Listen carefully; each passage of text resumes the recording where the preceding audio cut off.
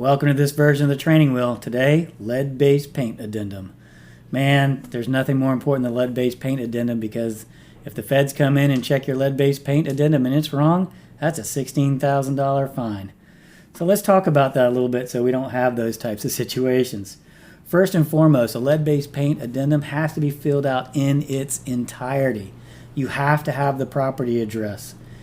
The seller has to initial by one of the choices under A, and they have to choose one under B and initial. If there are multiple sellers, they have to initial, each one of them has to initial under A and B.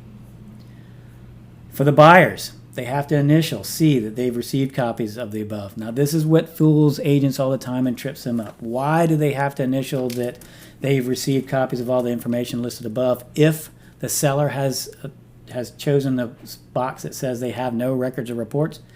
Well, it's kind of bad English. What it should say is the buyer has received copies or understands that there are no records. Make sense? Buyer would also initial under D, they've received the pamphlet from your home, assuming you have given that. It's required by law. You have to give them a pamphlet.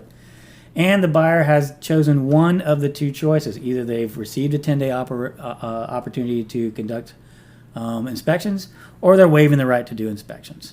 And they would initial that. Seller's agent must initial under the agent's acknowledgement.